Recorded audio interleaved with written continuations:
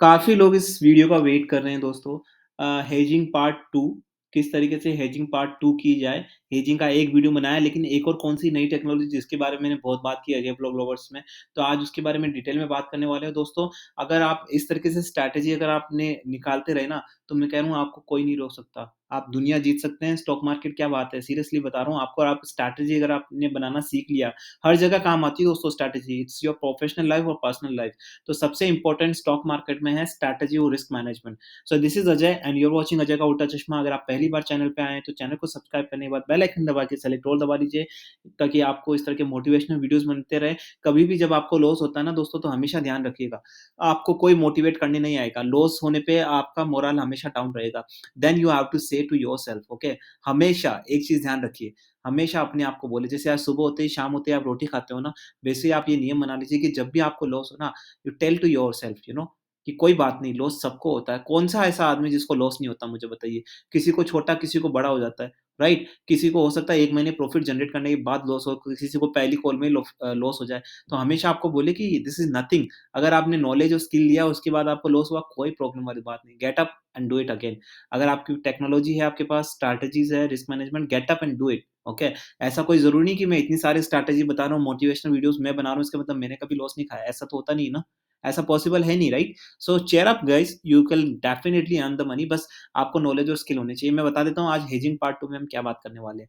देखिए, एक चीज़ तो मैंने आपको बताई, जैसे हेजिंग के लिए जो मेरे एक्जिस्टिंग सब्सक्राइबर्स हैं, नए व्यूअर्स हैं, उनको बता देता हूँ फटाफट। 7,545 जैसे हमारा बाय ट्रिगर हुआ, हमारे लेवल्स रहे 7,650 के, और नीचे की तरफ एसएल है 7,500 का। अगर नीचे 7,500 के नीचे जाता है तो हमारे टारगेट्स रहेंगे 7,400 का। तो ये हमारी इक्वेशन है, ठीक है ना?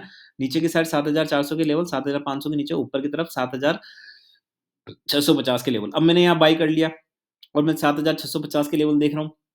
लेकिन यहाँ से कोई भी कुछ भी हो गया, मैनिपुलेशन हुआ है, न्यूज़ आ गई, वो रिवर्स हो गया। 7,545, 7,500 का टूट गया, जहाँ पे हमने शॉर्ट के लिए रखा है एसएल, तो 7,500 टूट गया, तो हम लोग क्या कर रहे थे, वहाँ पे एसएल कर रहे शॉर्ट कर रहे थे 7,500 के नीचे, और बाइंग पोजीशन 7,545 की एज़ इट इज़ रखी है, राइट? तो एक लॉट हमने एज़ इट इज़ रखा है, लेकिन दूसरे लॉट में हमने शॉर्टिंग कर ली वहाँ पे कमाने के लिए। एक तो ये चीज़ है, राइट? पहली हेजिंग की पेड। दूसरी हेजिंग की टेक्नोलॉजी मैं आपको बताता हूँ, जिसको मतलब जहाँ पे आपको क्या करना है, आपको एक 2 पॉइंट, एक्सट्रीम पॉइंट डिफाइन करने हैं। ध्यान से सुनिएगा दोस्तों, आप में मैं जब भी अजय व्लॉग लवर्स का वीडियो बनाता हूँ, तो मैंने मैक्रो लेवल पे डिफाइन किया कि जैसे मेरा मान लो रेजिस्टेंस है 7,545 का, लेकिन इसके बीच में भी एक मैक्रो लेवल होता है जहाँ पे ट्रेंड बनता है, राइट? देखिए, छोटे-छोटे मैक्रो लेवल से ही रेजिस्टेंस बनते हैं, राइट? ठीक ना? हर एक छोटी-छोटी बूँद से ही सागर भरता है, बिना बूँद के सागर का कोई मतलब नहीं है। उसी तरीके से सूक्ष्म लेवल पे जैसे 7,545 का 7,500 का रेजिस्टेंस है, लेकिन उससे पहले भी काफ़ी सारे ऐसे चेकलिस्ट होती है, चेक पॉइंट्स होते हैं, जहाँ से आपको गुज़रना पड़ता है। वो चेक पॉइंट पार करने के बाद आपको लगता है कि आप पहुँच जाएँगे। आप समझ रहे हो ना? ठीक है ना? जैसे हम जा रहे हैं ना, जैसे आप मान लो बैंगलोर से आप गोवा जा रहे हो, तो बैंगलोर में जैसे बोलते हैं ना कि अगर बैंगलोर में हमने ये चेक पॉइंट पार कर लिया, उसके बाद तो सीधा हाईवे है।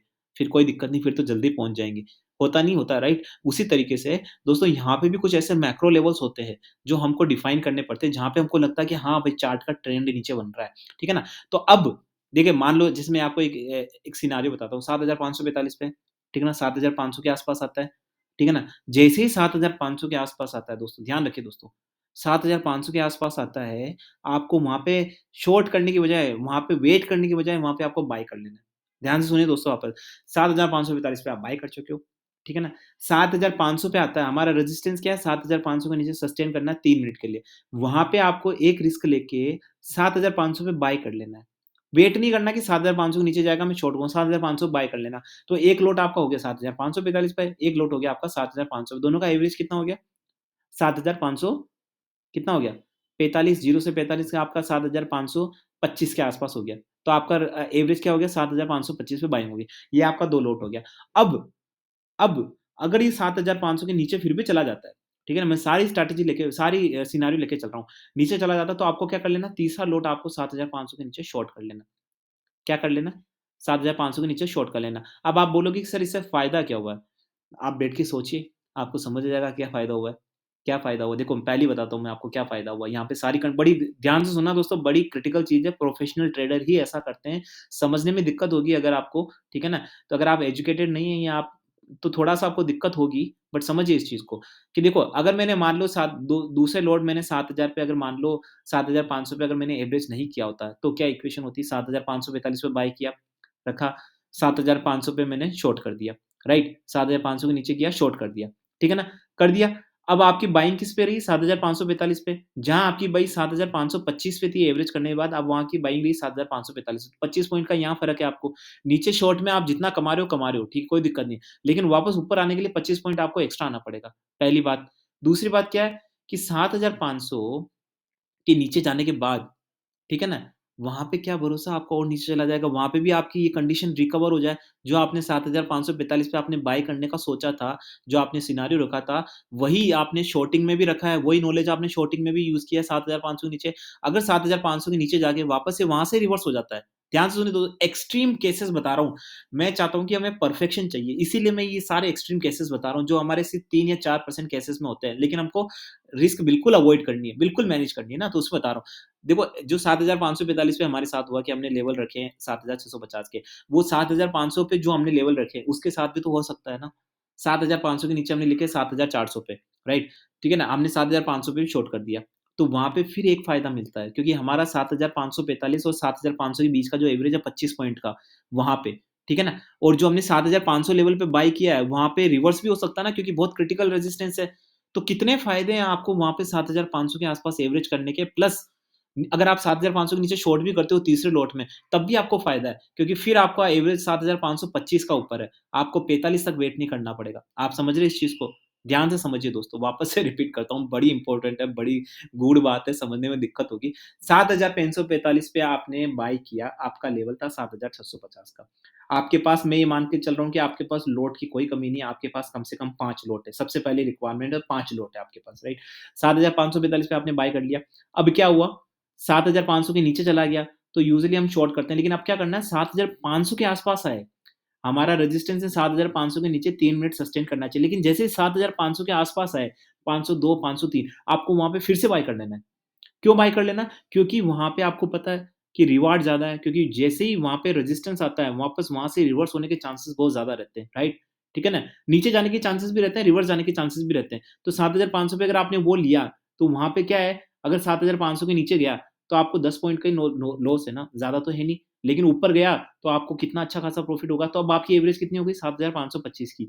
तो आपकी हो गई बाइंग 7,525 पे इंस्टेड ऑफ 7,545। अब अगर नीचे चला जाता है, वहाँ पे फिर से वर्स्ट केस करते हैं, फिर नीचे चला गया 7,500 के, आपने शॉर्ट कर लिया, ठीक है ना? चलो वहाँ कमा रहे हो, अब वापस उसको ऊपर आने के लिए 7,525 तक ही आना पड़ेगा, 45 तक नहीं आना पड़ेगा, 20 पॉइंट का आपको यहाँ फ़ायदा हुआ। अब मैं दूसरी वर्स्ट कंडीशन मान लेता हूँ कि आपने जो 7,500 पे शॉर्ट किया, चलो आपका दिन खराब चल रहा है, उस दिन क्या हुआ, आपको जो 7,500 पे शॉर्ट किया, वो भी आपका 7,400 पे क्लिक नहीं किया, वापस से वहाँ से रिवर्स होके ऊपर चला गया, ठीक है ना? जो अभी नेचुरल गैस में हुआ था, ध्यान रखो 492 से उस पे, तो वहाँ पे आपको फिर से फ़ायदा हो गया। क्योंकि आप 7,545 की बाइंग नहीं है आपकी, राइट? आपकी 7,525 पे बाइंग है। आप समझ रहे हैं इस चीज़ को, राइट? अब जो 7,500 पे शॉर्ट किया और 7,500 पे शॉर्ट किया और 7,525, उसके बीच में आएगा, तो no profit no loss strategy. समझ रहे हैं? ये बड़ा आपको समझने में बड़ी दिक्कत होगी दोस्तों। इस चीज़ को समझने की कोशिश करिएगा, इस वीडियो को 2 या 3 बार देखिएगा, आपको समझ आ जाएगा मैं यहाँ पे कौन-सी रिस्क अवॉइड करने की कोशिश कर रहा हूँ। मैं यहाँ पे 2 रिस्क अवॉइड करने, देखो दोनों कॉल हमारी है, 7,545 के ऊपर बाय भी हमारा है, 7,500 के नीचे शॉर्ट भी हमारा है।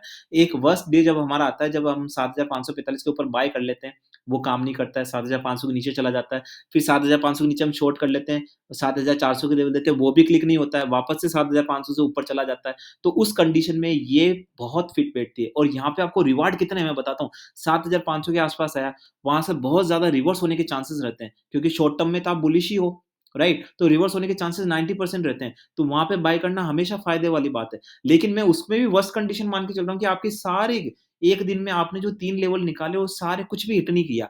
लेकिन उसके बाद भी अगर ये स्ट्रैटेजी, अगर आपको इसमें कितने लोड काम आए? 3 लोड काम आए सिर्फ, 3 लोड काम आए आपके। 3 लोड से आप न जाने क्या-क्या कर सकते हो। आप सोचिए, अब यहाँ पे आपने पूरी ग्रिप बना ली है मार्केट, पूरी ग्रिप बना ली है। अब मतलब कहाँ जाएगा मार्केट? अगर ऊपर गया 1 मिनट के लिए, तो फिर से आपने 7,525 है, ऊपर गया तो वहाँ कमाया, ठीक है ना? आपने जो 7,500 पे शॉर्ट किया, वो रहेगा, वो पहले भी हमारी हेजिंग में रही, लेकिन यहाँ पे आपको एक्स्ट्रा प्रॉफिट मिल रहा है, क्योंकि आपने 3 लॉट यूज़ किए। आप समझ रहे हैं? ठीक है ना? तो ये हेजिंग की technology, it's a kind of mix of averaging and hedging. समझ रहे हो? वीडियो है ना रिपीट कर के देखना, आपको समझ आ जाएगा कि मैं बोलना क्या चाह रहा हूँ। यहाँ पे मैं सारी तरह की रिस्क को हटाना चाह रहा हूँ, समझ रहे हैं मेरी चीज़ को? ये मैंने इम्प्लीमेंट की नेचुरल गेस में अभी फिलहाल जब अब मैं लाइव ट्रेडिंग सेशन कर रहा था ना, उसमें क्या हुआ था कि हमने क्या रखा था 496 का एसएल रखा था और मैंने क्या बोला था 508 के ऊपर, आपको ध्यान है 508 के ऊपर गया था, ठीक है ना? हमने न्यूज़ नहीं देखी थी, ठीक है ना? हालाँकि वहाँ पे न्यूज़ का मामला था, फिर भी मैं मान लेता हूँ चलो न्यूज़ भी नहीं आती तो भी हमारे साथ कभी ऐसा हो सकता है। तो 508.5 के ऊपर गया, मैंने बाय कर लिया था, आपको याद है। लेकिन उसके बाद फिर से नीचे गया, ठीक है ना? और फिर जब अगले दिन मार्केट खुला तो 496 को भी तोड़ दिया उसने, 492 पे चला, 496 को तोड़ लिया, 495 पे चला गया, ठीक है ना? तो अब मैंने क्या किया था वहाँ पे, आप समझिए मेरी दोनों कॉल नहीं हिट हुई थी क्योंकि न्यूज़ के चलते, राइट? लेकिन मैंने वहाँ क्या किया 495 पे शॉर्ट किया, 500 पे मैंने बाय किया, 500 8.5 पे बाय किया, 495 पे जो मैंने शॉर्ट किया था उसको 492 पे कवर किया, फिर वापस से वहाँ से ऊपर गया, जैसे ही 500 क्रॉस किया फिर वहाँ पे बाइंग की और मुझे अल्टीमेटली इसका आप गणित लगाएँगे ना, सीरियसली गणित लगाएँगे ना, तो आपको फ़ायदा नज़र आएगा। देखो हेजिंग जब करते हैं ना, तो कॉर्पोरेट इन्वेस्टर्स क्या है, हेजिंग ऐसे करते हैं जैसे कोई बच्चा ड्राइंग करता है, आप समझ रहे हो? कहीं पे भी ड्राइंग कर सकता है, कुछ भी कर सकता है। वो करते रहते हैं हेजिंग, यहाँ पे बाय कर लिया, यहाँ पे सेल कर लिया, वहाँ पे बाय सेल कर लिया। वो कैलकुलेट नहीं करते कि उनको प्रॉफिट लॉस हो रहा है, नहीं हो रहा।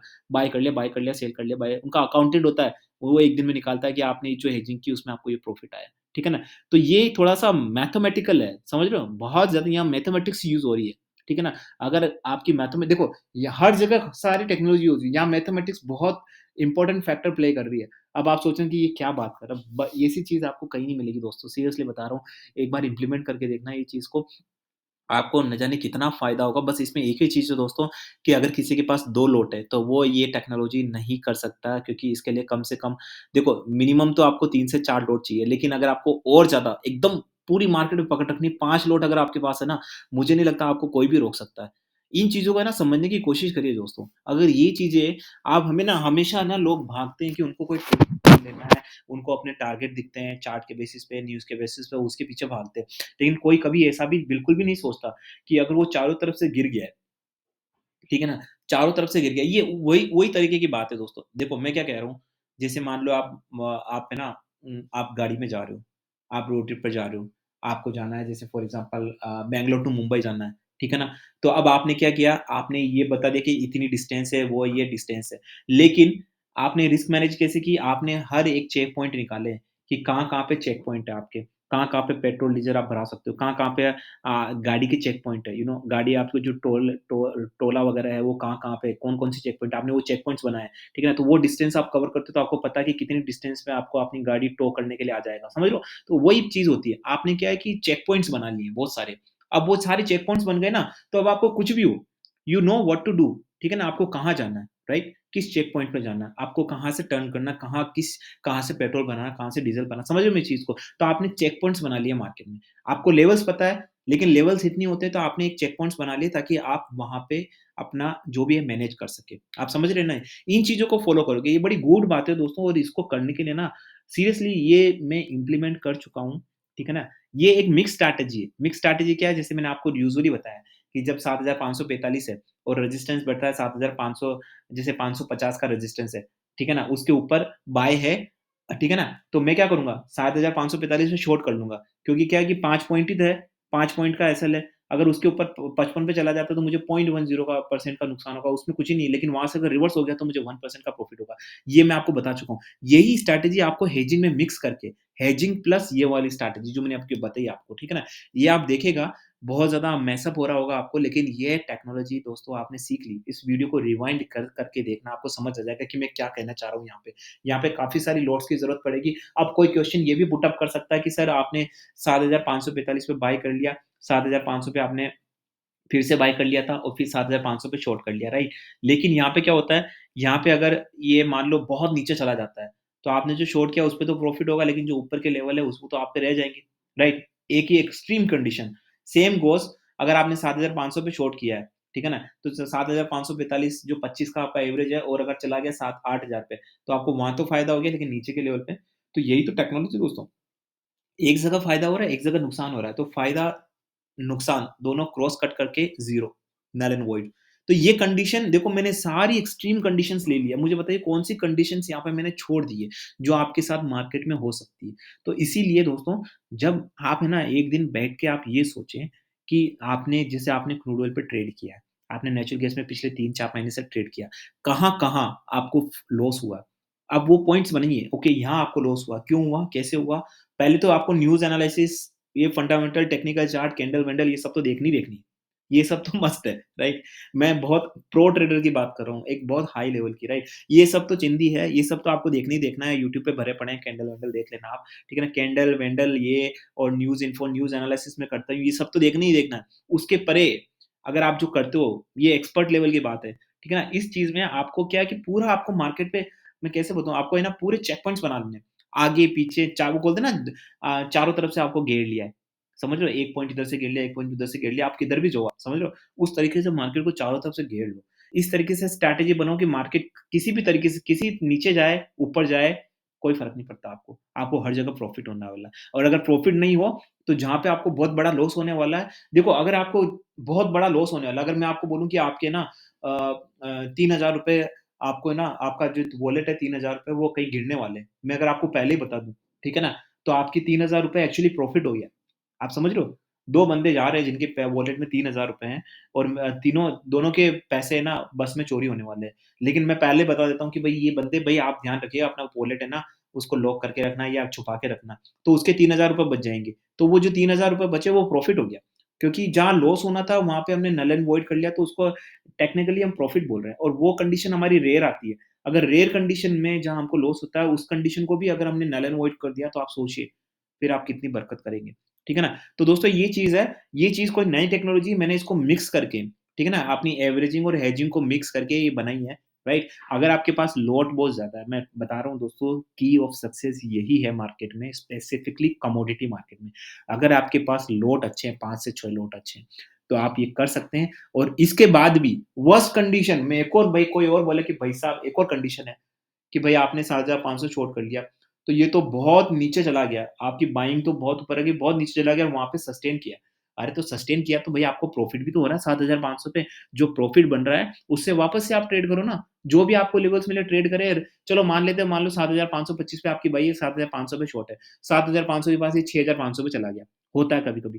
तो आपको क्या है कि 6,500 तक तो आपको प्रॉफिट चलता रहा, प्रॉफिट चलता रहा, प्रॉफिट चलता रहा, लेकिन जो 7,525 का वो तो बहुत ऊपर हो गया ना। तो क्या हो गया, वो एक लोट ही तो है, लेकिन 7,500 के नीचे जो आपने प्रॉफिट बुकिंग की, बहुत सारे लॉट्स में प्रॉफिट बुकी, वहाँ न जाने कितना प्रॉफिट जनरेट हुआ होगा, ये तो सिर्फ़ एक लॉट है। आप समझ रहे हो? चक्रवृद्धि ब्याज, जब आप प्रॉफिट पे वापस इन्वेस्टमेंट करते हो, फिर प्रॉफिट, क्योंकि वो तो एक आपका लॉस है, नॉर्मल लॉस है, एक ही लीनियर इक्वेशन में जा रहा है, 7,525 पे बाय है, अब जितना नीचे-नीचे जाएगा आपको उतना नुकसान होगा। लेकिन जब आप स्विंग ट्रेडिंग कर रहे हैं नीचे के लेवल पे, वो तो आप आगे करते रहेंगे, पैसा बनेगा, फिर उस पैसे को आप शॉर्ट करेंगे, फिर बनाएँगे, फिर शॉर्ट करेंगे, तो वो प्रॉफ़िट आपका चौगुना होता जा रहा है। ध्यान से सुनिए दोस्तों, मैथमेटिक्स का भी रोल है यहाँ पे। आप जो एक मनी जो स्विंग ट्रेडिंग करते रहते हैं, वो मल्टीप्लाई होती रहती है। लेकिन कोई एक आप इन्वेस्टमेंट के लिए रख देते हैं, जैसे अभी 7,525 आप इन्वेस्टमेंट के लिए रख दिया आपने, वो लेवल वहीं पे ही है। तो इन्वेस्टमेंट पे आपको लॉस है ना, चक्रवृद्धि ब्याज में नहीं होता है। अगर आपने लॉस बुक किया, फिर उस लॉस को लगाया, फिर लॉस बुक किया, तो उसको बोलते हैं। लेकिन आपको जो यहाँ प्रॉफिट हो रहा है वो कंपाउंडेड में हो रहा है, जो 7,500 पे आपने शॉर्ट किया, वो कंपाउंड प्रॉफिट हो रहा है आपको। तो वो मल्टीप्लाई हो रहा है आपका प्रॉफिट। लेकिन यहाँ पे जो लॉस है वो मल्टीप्लाई नहीं हो रहा, वो एक्स्पोनेंशियल गिर रहा है। तो यहाँ पे भी फायदा है। समझ रहे हो मेरी चीज़ को? बड़ी गूढ़ बात है दोस्तों, इसको समझने में बहुत टाइम लगेगा, लेकिन जिसने ये रट लिया ना, जिसने ये समझ लिया, अब ये एक स्ट्रैटेजी है, ये मैंने इज़ाद की है। अब ऐसी हज़ार स्ट्रैटेजीज़ मेरे दिमाग में घूमती रहती है, आप सोचिए, ठीक है ना? क्योंकि मैंने समझ लिया दोस्तों, मार्केट में आपको रिस्क मैनेजमेंट करना आता है। I am a risk manager, I am a risk manager, asset manager, अगर मुझे आता है ना ये, तो मैं पूरी स्टॉक मार्केट की दुनिया जीत सकता हूँ। सीरियसली बता रहा हूँ आपको। आप ये करके देखिए, पेशेंस हमेशा ज़रूरी है। ऐसा नहीं कि स्ट्रैटेजी हो गई तो आपको नॉलेज की ज़रूरत नहीं है, ऐसा नहीं होता। आप बोले मेरे को तो चार्ट देखने की क्या ज़रूरत है, मैं तो ऐसे ही करता रहूँ, यूँ ही करता रहूँ, ऐसा नहीं होता है।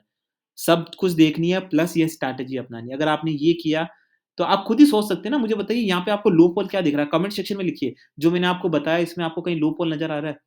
काफ़ी लोगों को ये सर से ऊपर जाएगी, उनको समझने में बहुत मुश्किल होगी, क्योंकि देखो ये प्रोफ़ेशनल ट्रेडिंग है।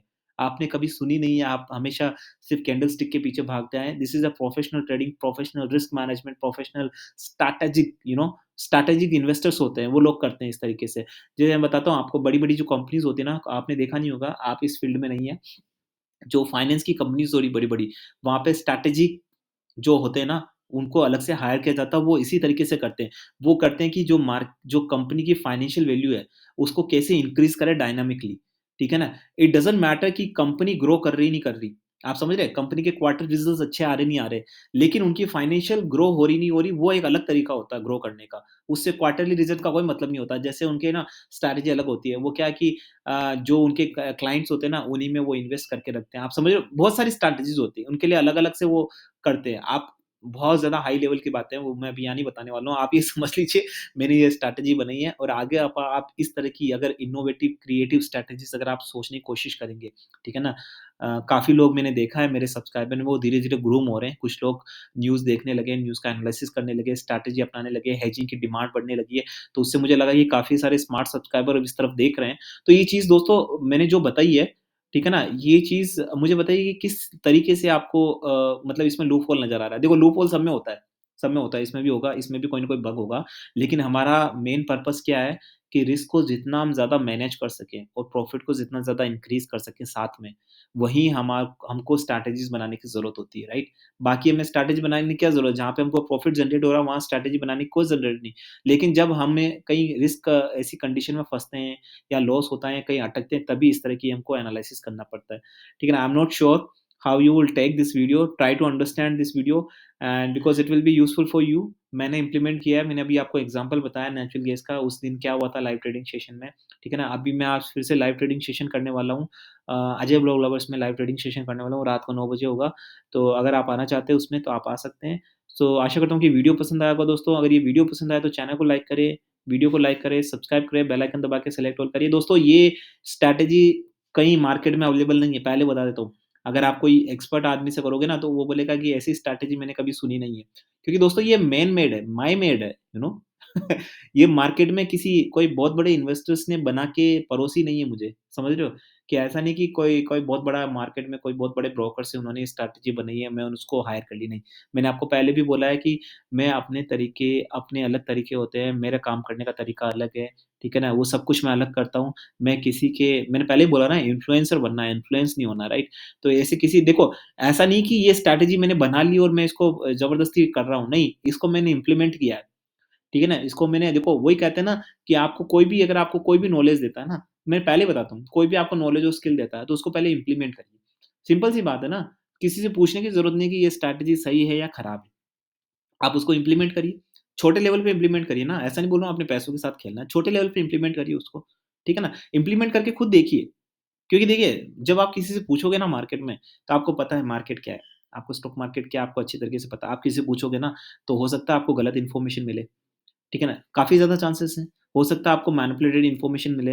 You will never be sure कि सामने वाला आपको सही इन्फॉर्मेशन दे रहा है, नहीं दे रहा है, राइट?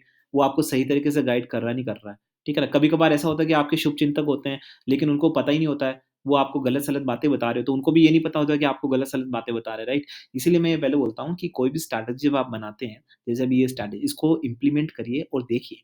ठीक है ना? छोटे लेवल पे इम्प्लीमेंट करिए। ऐसा नहीं कि जैसे आपके मान लो सारे लोट आपने लगा दिए, यू नो। देखो, कुछ चीज़ें आपको ऐसी समझ आ जाएगी, अभी जो मैंने स्ट्रैटेजी बताई उसमें मतलब मुझे कहीं लूप होल ही नज़र नहीं आ रहा। बस उसमें एक ही लूप होल है कि आपके पास पैसा अच्छा होना चाहिए। किसी के पास अगर 5 लोट का कैपेसिटी नहीं है तो शायद उसको दिक्कत हो सकती है। लेकिन किसी के पास अगर 6-7 लोट की कैपेसिटी है तो वो तो मतलब राजा है। वो फिर राजा है और इसीलिए आपने पता है जो कॉर्पोरेट इन्वेस्टर्स हैं, जो पंटर्स, मैनिपुलेटर्स हैं, वो लोग क्यों कमाते हैं? ऑप्शंस में का कौन कमाता है? ऑप्शंस में रिटेलर्स नहीं कमाते हैं, ऑप्शंस में कमाते हैं कॉर्पोरेट इन्वेस्टर्स, जो बड़े-बड़े इन्वेस्टर्स होते हैं, जिनके डेस्क लगी होती है, वो क्यों कमाते हैं? क्योंकि उनके पास पैसा बहुत होता है, भयंकर होता है, बैक करने के लिए बहुत होता है।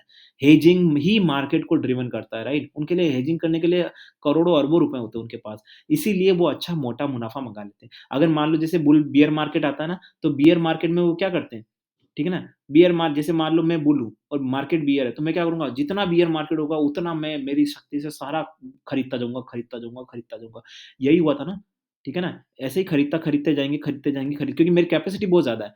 क्योंकि एट द एंड जब मैंने बहुत लो लेवल पे खरीद लेंगे, उसके बाद जब से मार्केट ऊपर जाएगा, मैं मुनाफ़ा समझ रहे हो मेरी बात? यही बात है ना? तो हेजिंग में भी यही होता है कि उनको जब मार्केट नीचे जाता है, उनको कोई फ़र्क नहीं पड़ता। अगर वो बुलिश हैं और मार्केट नीचे जा रहा है, तो वो हर लेवल पे अपनी कैपेसिटी से बाय करते रहेंगे, करते रहेंगे, करते रहेंगे, करते रहेंगे, करते रहेंगे। क्योंकि एट द एंड उनको पता है कि ये वापस ऊपर तो जाने वाला ही है, ठीक है ना? और उनको बहुत अच्छा खासा मुनाफ़ा होता है। उनके पास पैसे की भी कमी नहीं होती है। तो वही चीज़ है दोस्तों, ये बस इसमें लूप होल यही है कि इसमें आपके पास पैसा ज़्यादा होना चाहिए, अच्छा खासा होना चाहिए मेरे हिसाब से। अगर आपके पास लाखों रुपए हैं, तो आप करोड़ों कमा सकते हैं, करोड़ों तो अरबों कमा सकते हैं, ये सिंपल सी बात है। लेकिन अगर कोई रिटेलर है, जिसके पास सिर्फ़ 1 या 2 लॉट है, तो उसके लिए ये नहीं है, उसको ये ट्राई भी नहीं करनी चाहिए दोस्तों, पहले बता देता हूँ, उसको ये ट्राई भी नहीं करनी चाहिए। तो मैंने सबके लिए एक स्ट्रैटेजी बना ये कॉमन स्ट्रैटेजी नहीं है, ये सिर्फ़ जिसके पास लॉट की कैपेसिटी अच्छी है, उन्हीं के लिए है दोस्तों। यहाँ पे एक डिस्क्लेमर दे देता हूँ, this channel is only for educational purpose. यहाँ पे सिर्फ़ आपको एजुकेशन, स्ट्रैटेजी, एनालिसिस दिया जाता है, किसी तरह की बाय सेल की रिकमेंडेशंस नहीं है, वो आप खुद अपना रिसर्च करें, इन्वेस्ट करें, क्योंकि आपके प्रॉफिट लॉस के लिए आप ही ज़िम्मेदार हैं, मैं नहीं हूँ। I am not a certified SEBI adviser, I am not certified financial adviser. अगर दोस्तों ये वीडियो आपको पसंद आया हो, सबसे पहले तो समझ आया हो, ठीक है ना? सबसे पहले तो समझ में आना चाहिए। अगर समझ आया है और फिर पसंद आया है, तो वीडियो को लाइक करें, शेयर करें, कमेंट करें एंड और कोई नए टॉपिक पे अगर वीडियो बनाना है तो बताइए मुझे और चैनल को सब्सक्राइब करके बेल आइकन दबा के सिलेक्ट ऑल दबाना ना भूलें। So with this quote, this is Ajay and signing off.